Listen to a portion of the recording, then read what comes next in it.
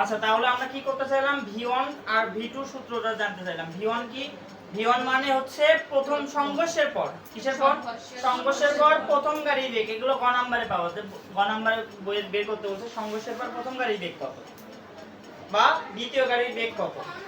সংঘর্ষের পর দ্বিতীয় গাড়ির কি কত বেগ কত, তখন আমরা কিভাবে করব সেই সূত্রটাই আমরা লিখে দিচ্ছি। তাহলে এটা মিশিয়ে দিলাম।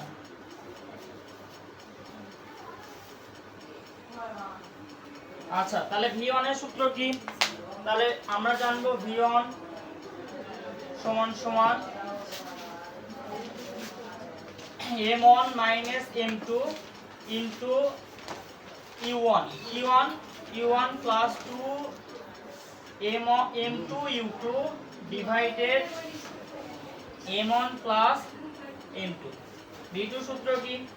তাহলে v2 সূত্র হচ্ছে m2 minus m1, m2 minus 3 m1 into u2 plus 2 m1 u1 divided m1 plus m2। তাহলে মনে রাখার খুবই সোজা। দেখো v1 এর ক্ষেত্রে কি হচ্ছে, m1 থেকে বাদ হচ্ছে। কার থেকে বাদ হচ্ছে? তাহলে m1 থেকে বাদ হলে m1 minus m2 এটা। তাহলে যেহেতু এটা m1 m2 তার সাথে u1 ই লিখবো। কি লিখবো? u1 প্লাসের পর তার বিপরীত, প্লাসের পর কি হবে? বিপরীত 2 into m2 u2। মনে রাখার টেকনিক শিখাচ্ছি, বোঝা গেছে? প্রথমটার ক্ষেত্রে প্রথমটা v1 যেহেতু, তার মানে m1 এ আগে লিখতে হবে। কি লিখতে হবে? দুইটা দেখতে একই পেজ যেন না লাগে। তাহলে যেহেতু v1 তার মানে m1 দিয়ে শুরু করতে হবে। কি দিয়ে শুরু করতে হবে? m1 minus m2 দুইটাই হরে থাকে, একটা m1 আর একটা কি।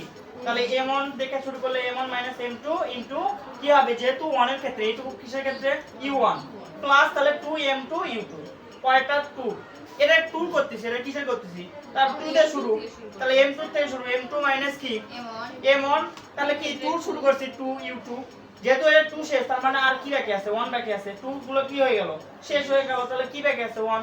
তাহলে প্লাস 2m m1 কি u1 ডিভাইড, নিচে তো সবার এক, দেখো নিচে কোনো চেঞ্জ নাই। m1 plus m2 m1 plus m2 মনে থাকবে।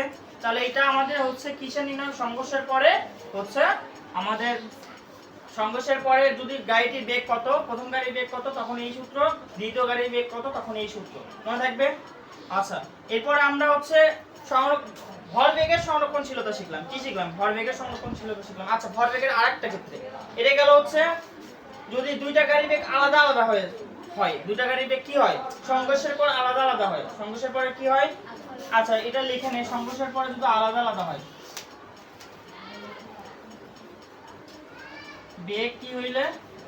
আলাদা হইলে।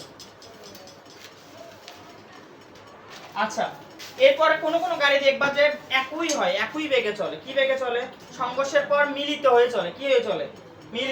মিলিত বেগের ক্ষেত্রে। কি বেগের ক্ষেত্রে? মিলিত বেগের ক্ষেত্রে। তার মানে মিলিত বেগ মানে কি? দুইটা গাড়ি ধরো যে কি লাগছে, সংঘর্ষ লাগে, একই বেগে সামনের দিকে যাচ্ছে। সংঘর্ষের পর কি, কিসের পর? সংঘর্ষের পর, তখন সেটা মিলিত বেগ বলা হয়। সংঘর্ষের পর একই বেগে গেলে সেটাকে কি বেগ বলা হয়? মিলিত বেগ। তাহলে মিলিত বেগের ক্ষেত্রে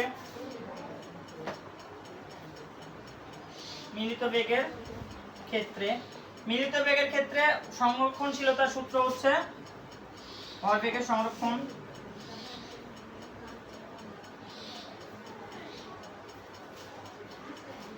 তাহলে ভরবেগের সংরক্ষণশীলতা কি হচ্ছে? m1 u1 plus m2 u2 equal m1 plus m2 into v। এটা হচ্ছে আমাদের কিসের ক্ষেত্রে? হচ্ছে মিলিত বেগের ক্ষেত্রে। এই ভিটা কি? মিলিত বেগ। এই ভিটা কি? তখন দুইটা গাড়ির বেগই হচ্ছে কি? v। দুইটা গাড়ির বেগ যেহেতু একই তার মানে কি হচ্ছে? v। এটা মিলিত বেগের ক্ষেত্রে অনেক সময় দেখবা হচ্ছে মিলিত হয়ে চলছে। গ নাম্বার প্রশ্নে খুব বেশি মিলিত বেগের দেওয়া থাকে। মিলিত বেগ নির্ণয় করো। কি বেগ নির্ণয় করো? মিলিত। তখন মিলিত বেগের সময় কি দেব? v নির্ণয় করব। কি নির্ণয় করব? তাহলে এই v সূত্র কি পাইলাম? অর্থাৎ মিলিত বেগের সূত্র কি পাইলাম? v ইকুয়াল কি পাইলাম? m1 u1 plus m2 u2 divided m1 plus m2। এটা হচ্ছে আমরা মিলিত বেগের ক্ষেত্রে সূত্র পেলাম। মিলিত বেগ নির্ণয় করার সময় এই সূত্র পেলাম। তাহলে এটা কি বেগের ক্ষেত্রে? মিলিত বেগ। তাহলে এটা মিলিত বেগের আমরা হচ্ছে পাইলাম। মিলিত বেগকে কি দ্বারা প্রকাশ করা হয়? ভি দ্বারা। কি দ্বারা? ভি দ্বারা। আবার যে মিলিত বেগের ক্ষেত্রে সংরক্ষণশীলতা, এটা সংঘর্ষের আগে আর এটা কি সংঘর্ষের পরে। তাহলে সংঘর্ষের আগে সংরক্ষণশীলতা তুমি নির্ণয় করতে পারে। তাহলে মিলিত হওয়ার আগে, সংঘর্ষের আগে এটা আমরা নির্ণয় করব। এই দুটো নির্ণয় করে যেটা আসবে দেখবো সংঘর্ষের পরেও এটা করেও সেটাই আসবে। বোঝা গেছে? এইটা কি তার মানে সংঘর্ষের আগে, এটা কি সংঘর্ষের আগে, আর এটা কি সংঘর্ষের পরে।